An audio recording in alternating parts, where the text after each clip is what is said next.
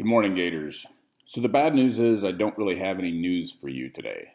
There's been no movement in the last 24 hours on any of the issues that most of you are really interested in, at least not that's been communicated to the building level. However, as we get closer to the finish line, you should probably expect a flood of information at some point, probably in the next week or so.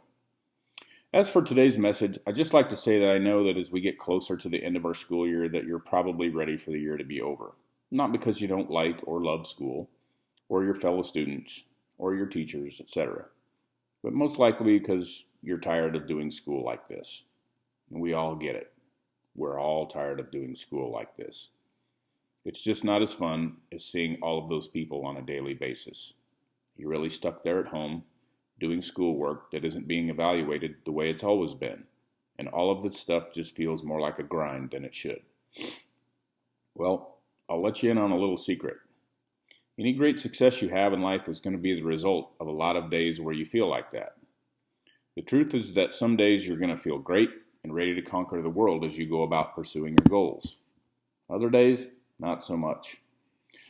And the difference between the people who accomplish them and the people who don't is that the people who make it all the way to the finish line in terms of their goals never stop in their pursuit of what they want. That's because they've learned that you can't just work incredibly hard when you feel good or great. You have to do it when you don't feel like it at all as well. They know that the battle to overcome your own doubts or lack of innate ability or skill is a long one, and it proceeds incrementally, especially on the days when you don't feel like studying or practicing. Just know this time right now, when you don't really have to be doing anything, is your test. A grade will be issued at some point further down the road when you have to face the competition, whether it's on the field of play, or the scholarship application process, or at a job interview. And it might be that the only person that knows how hard you worked right now is you. So make sure that when the time comes to evaluate your effort, you can honestly answer yes to that question. And remember, we got this. Now, I don't normally have postscripts in my messages because, well, kind of feels anticlimactic. However, today I think it's apropos because what I'm about to share with you ties in perfectly with today's message. A couple of weeks ago, I announced that a couple of our students had succeeded in their goals to play the command performances at this year's Nevada Music Education Association State Festival. Those students were Tristan McCaughy and Grace Ride.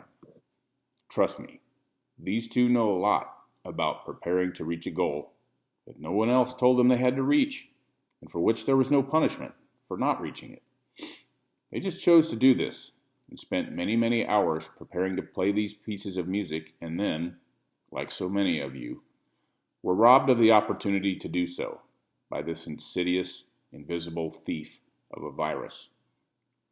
We can't bring back baseball games or track meets or full-on concerts. We can give these two incredibly hardworking students the opportunity to perform their pieces, at least for the Gator Nation. Congratulations, Tristan and Grace, and thanks for providing today's inspiration to all of us.